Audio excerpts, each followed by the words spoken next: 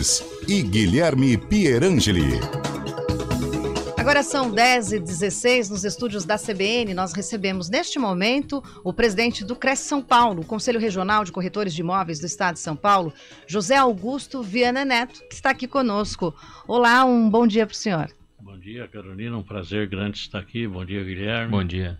Esse levantamento a gente achou muito interessante porque, além de contar com 110 imobiliárias, é um número muito significativo, também fez a pesquisa com essa questão da movimentação do mercado financeiro em várias cidades que compreendem a nossa região e é a maioria aí do nosso público, Americana, Águas de Lindóia, Hortolândia, Montemor. Enfim, eu li aqui mais cedo a lista, ela é bem grande, não?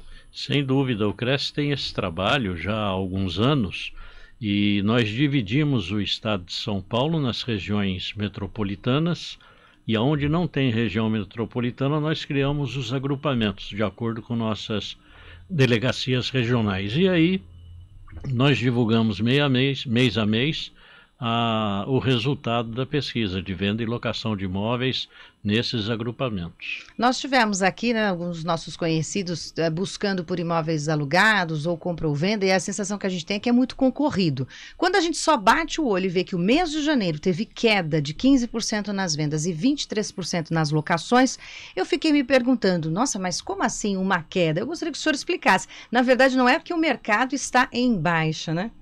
Não, absolutamente. O mercado ele tem suas variações. Tá? Se nós pegarmos o ano passado todo, o número de imóveis que foram transacionados, ele é maior do que o ano anterior.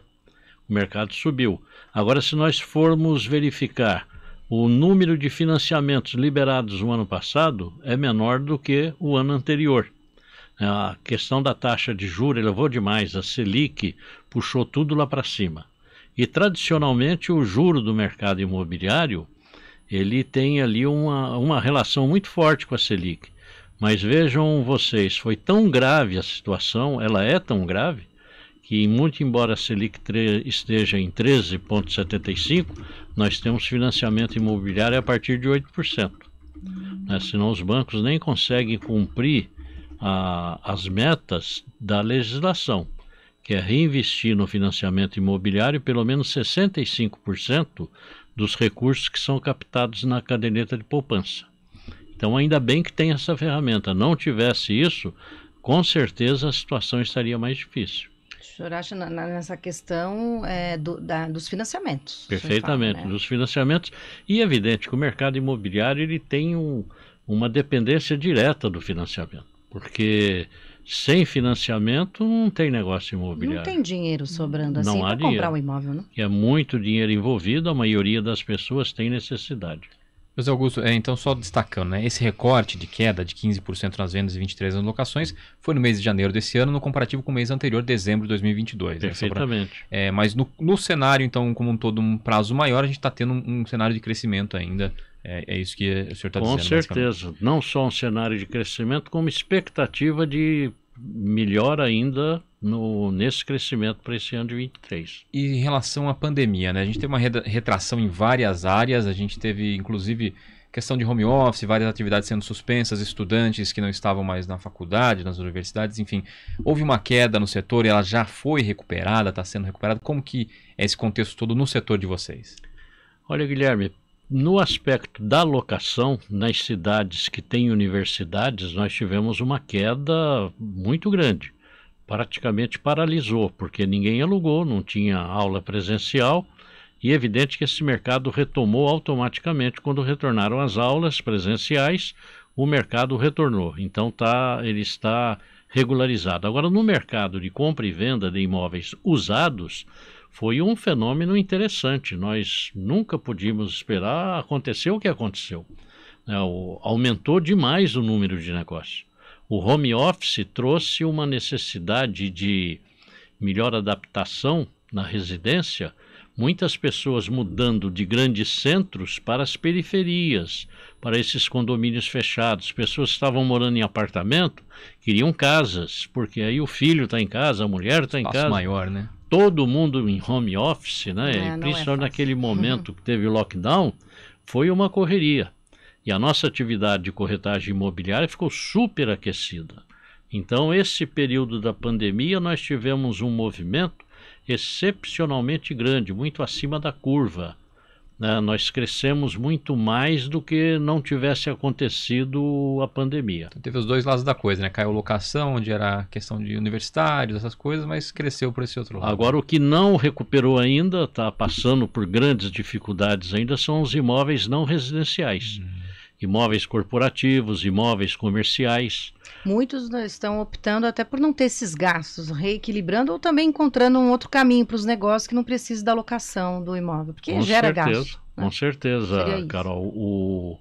As pessoas descobriram que a comunicação digital, a videoconferência, funciona. Uhum. Muitas empresas têm hoje o funcionário trabalhando presencialmente 1, 2, 3 dias e os demais no home office.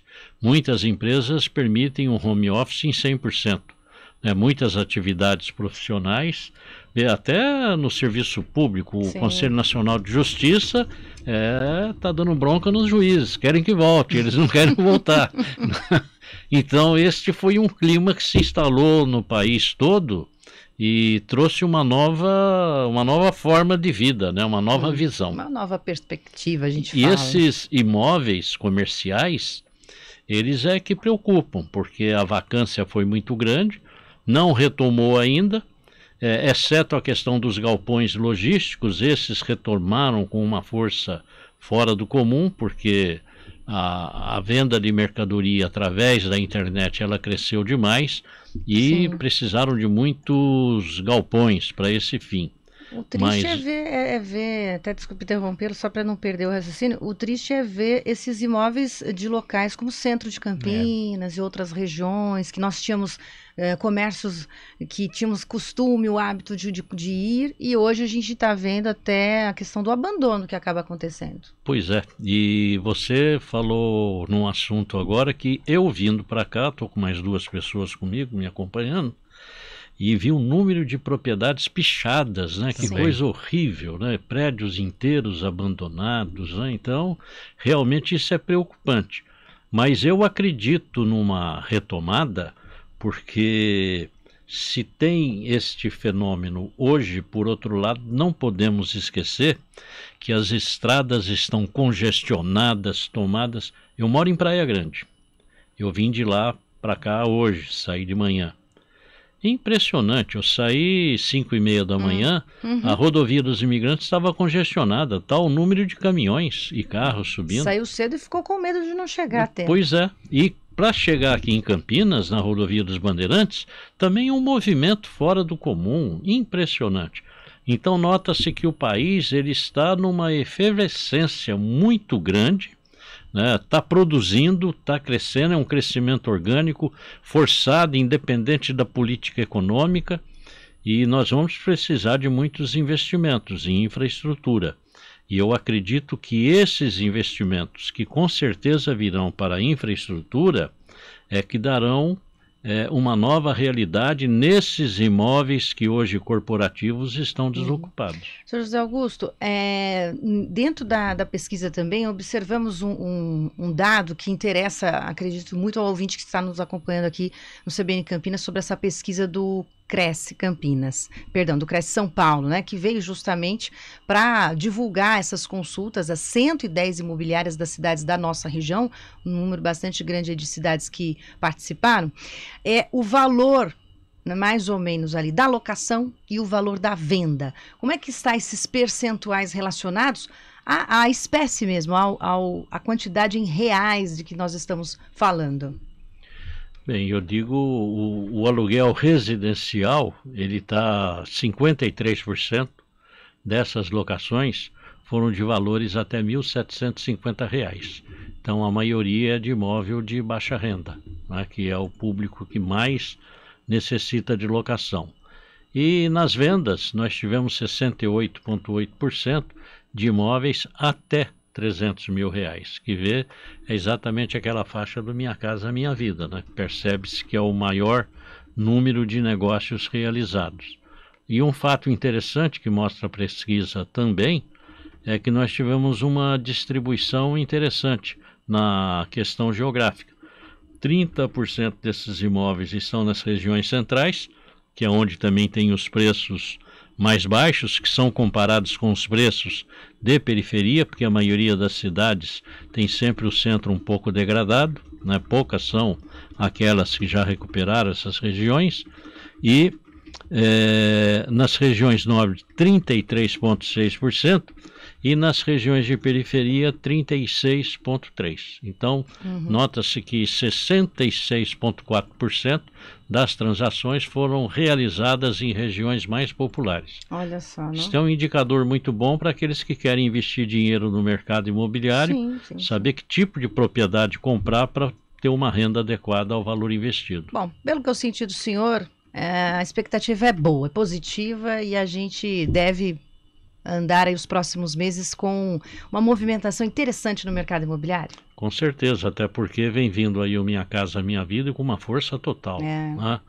Nós temos acompanhado lá no Ministério das Cidades, participado das reuniões, aqui no estado de São Paulo mesmo, com outras entidades do mercado imobiliário, e a expectativa é muito boa, né? Porque o governo que aí está tem uma larga experiência no setor do Minha Casa Minha Vida, já realizaram no passado, foi uma produção excepcionalmente grande, né? Quase 5 milhões de propriedades, e agora vem com a proposta de 2 milhões de propriedades. Então, isso daí, com certeza absoluta, é um incremento muito grande no mercado.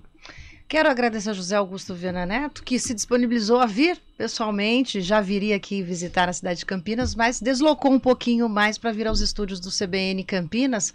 Agradeço a sua participação, presidente do Cresce São Paulo, Conselho Regional de Corretores de Imóveis do Estado de São Paulo. Muito obrigada e bons negócios para todos, porque geram empregos também. Sem dúvida nenhuma, eu é que agradeço a oportunidade, Caroline, Guilherme, e me coloco à disposição aí para quando tiver algum interesse nesta área, é só avisar que estaremos aqui com muito prazer, tá bom? Muito obrigado. Muito obrigado. Obrigado, um ótimo dia. 10h28. Rádio Cultura de Campinas Limitada, ZYD